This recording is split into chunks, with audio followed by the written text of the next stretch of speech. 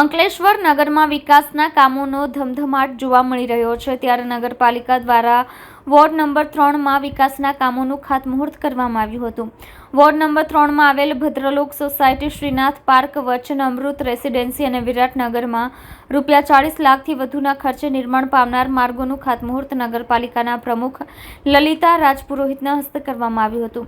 આ પ્રસંગે નગરપાલિકા કારોબારી સમિતિના અધ્યક્ષ નિલેશ પટેલ, શહેર ભાજપ પ્રમુખ ધર્મેન્દ્ર પુષ્કર્ણ, નગરપાલિકાના સભ્યો તેમજ સોસાયટીના સ્થાનિક આગેવાનો ઉપસ્થિત રહ્યા હતા. આજ રોજ અંકલેશ્વર નગરપાલિકા દ્વારા વોર્ડ નંબર 3માં 46 લાખના ખર્ચે ભદ્રલોક, વિરાટનગર, વચના અમૃત અને શ્રીનાથ પાર્કમાં ખાતમુહૂર્ત કરવામાં આવ્યું.